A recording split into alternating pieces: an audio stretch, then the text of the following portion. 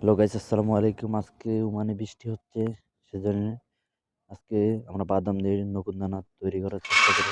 প্রথমে নিয়ে নিলাম বাদাম, তারপরে বাদামগুলোকে ভেজে নিব সুন্দর করে। একটা প্যাকেট কিনে আনছি বাদামের, ওকে। সুন্দর করে ভেজে নেব। এখন হালকা হালকা হালকা হয়ে আসছে, সুন্দর করে কড়া করে ভেজতে হবে, একটু হালকা কড়া করে। আমাদের বাদামটি কড়াই হয়ে গেছে, পরে ভাজা শেষ পর্যায়ে। ভাজা শেষ হওয়ার পরে আমরা কি বাদামগুলোকে সুন্দর করে খোসাগুলো ছেড়ে নিয়েছি।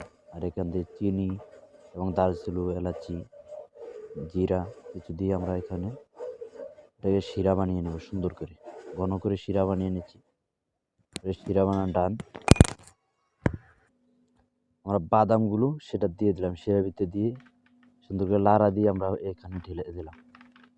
একটা থালি বা যে কোনো একটা কিছু নিয়ে এটা ঢেলে দিবেন।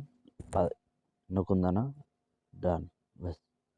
এটা এখন ধুয়ে দিব, শুকাইব, শক্ত হলে তখন খাবো। ধন্যবাদ।